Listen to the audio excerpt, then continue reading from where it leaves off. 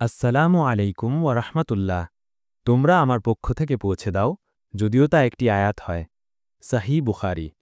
তার কথার চেয়ে আর কার কথা উত্তম হতে পারে, যে মানুষকে আল্লাহ দিকে আহ্বান করে, সৎ কাজ করে এবং বলে, আমি একজন মুসলিম।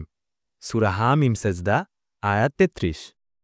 রসূলুল্লাহ সাল্লাল্লাহু আলাইহি ওয়াসাল্লাম বলেন, যে ব্যক্তি কোনো ভালো কাজের দিকে মানুষকে আহ্বান করে, পথ দেখায়, সে যেন নিজে সেই কাজটি করেছে এমন সওয়াব পাবে, তবে আমলকারীর সওয়াব এতটুকুও কমবে না।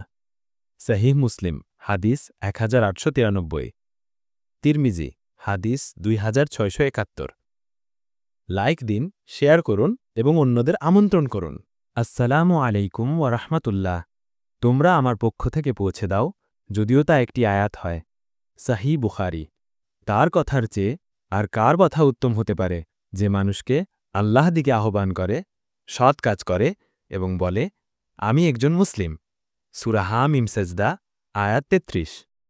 রসূলুল্লাহ সাল্লাল্লাহু আলাইহি ওয়াসাল্লাম বলেন, যে ব্যক্তি কোনো ভালো কাজের দিকে মানুষকে আহ্বান করে, পথ দেখায়, সে যেন নিজে সেই কাজটি করেছে এমন সওয়াব পাবে, তবে আমলকারীর সওয়াব এতটুকুও কমবে না। সহিহ মুসলিম, হাদিস 1893। তিরমিজি, হাদিস 2671। লাইক দিন, শেয়ার করুন এবং অন্যদের আমন্ত্রণ করুন।